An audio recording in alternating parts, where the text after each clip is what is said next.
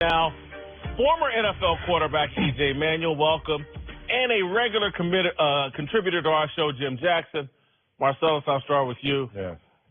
Redskins made a mistake here trying to save Reuben Foster. Wow, I don't want this to be adversarial because you had an amazing scope. You really covered a lot in your essay. Let me add a couple of layers and a couple of choice phrases and words you used in there. I think the Redskins did a good thing in hiring Reuben Foster and then putting him on the shelf and letting the dust settle and the facts come to the surface and then making a decision at that point. I respect that process. I don't think the Redskins are providing him a crutch. And even if they are, people don't have to understand what crutches really are. I've been on crutches before.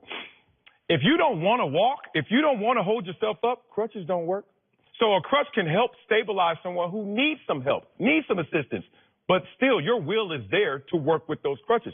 Trust me, grab a set of crutches and don't want to stand up, those crutches won't keep you up. That's one. Two, you said let go and let God. I respect that. We all know where that comes from. But also in those same holy words is faith without action is death.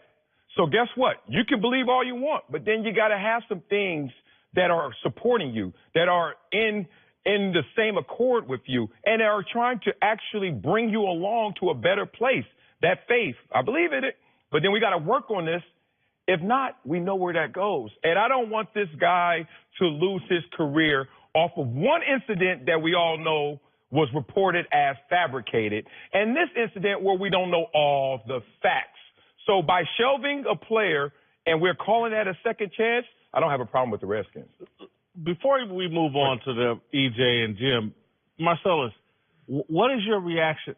He has reassociated with the same person who put his career in jeopardy. And down in Tampa is not the first time. There was another incident in Santa Clara where the police were called, and the 49ers didn't find out about this until this arrest in Tampa.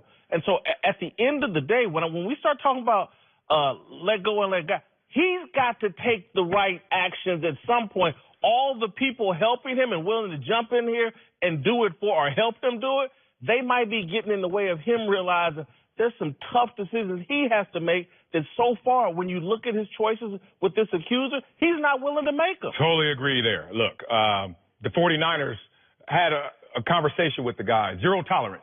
And basically, remove yourself from this dynamic and don't get in trouble in any other capacity, we're fine. But remove yourself from this dynamic because to put everyone through that turmoil to find out it was fabricated was senseless. And I respect exactly what you're saying.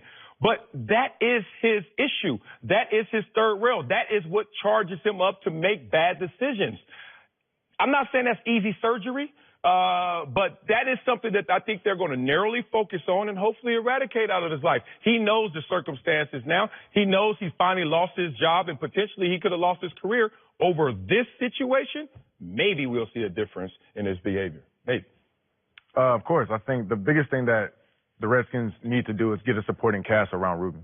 You know, I obviously don't know who he hangs around. I read that there's about 6 or 7 guys from Alabama that he played with in college that could probably help him. Like, look, man, this is what we need you to do to help us in this football team. Now, it's more so important than just football. It's also about him as a person, too. Like, obviously, we don't want him to, you know, we don't want his career to be over with, but at the same time, the guy continues to make the same mistakes over and over. Obviously, I think it's just really about the supporting cast and people who are around him. They rallied around him in San Francisco. They and the players there, and they're disappointed. Well, I think being around sports for 20-plus years, I've kind of seen a lot of situations. Basketball, football, baseball, I don't care what it is. From Reuben's perspective, I think getting away from the game to address the issues is the most important thing. Because, one, we already know that relationship is toxic. Okay, it's like being an alcoholic.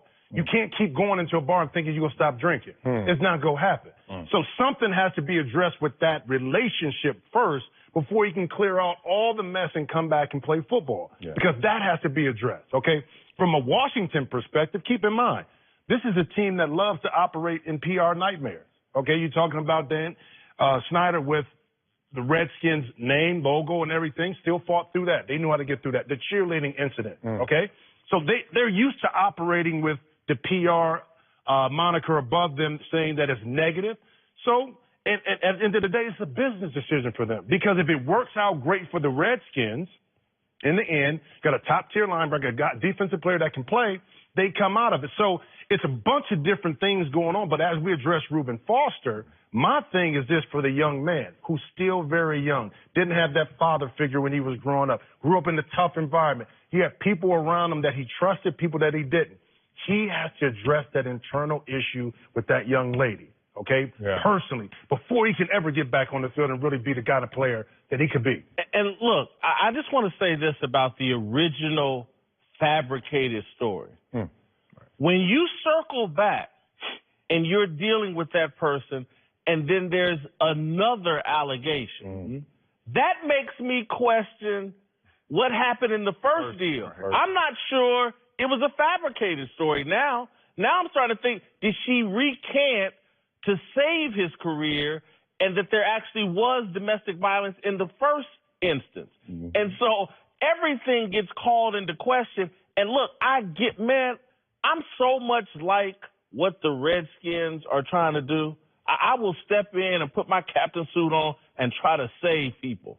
And what I've come to learn is that if you don't make that person do it themselves, you can't save them. I could sit here and go chapter and verse on some stories and say, and I could have someone come here and testify the greatest thing that I did for a young person that I was really trying to help that came from a tragic situation was I put them out there completely on their own, cut ties with them totally, and that's what shook them up.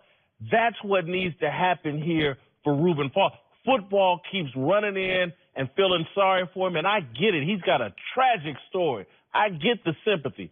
But at some point, pity don't pay no bills, and this man has to stand on his own 2 feet and make better decisions.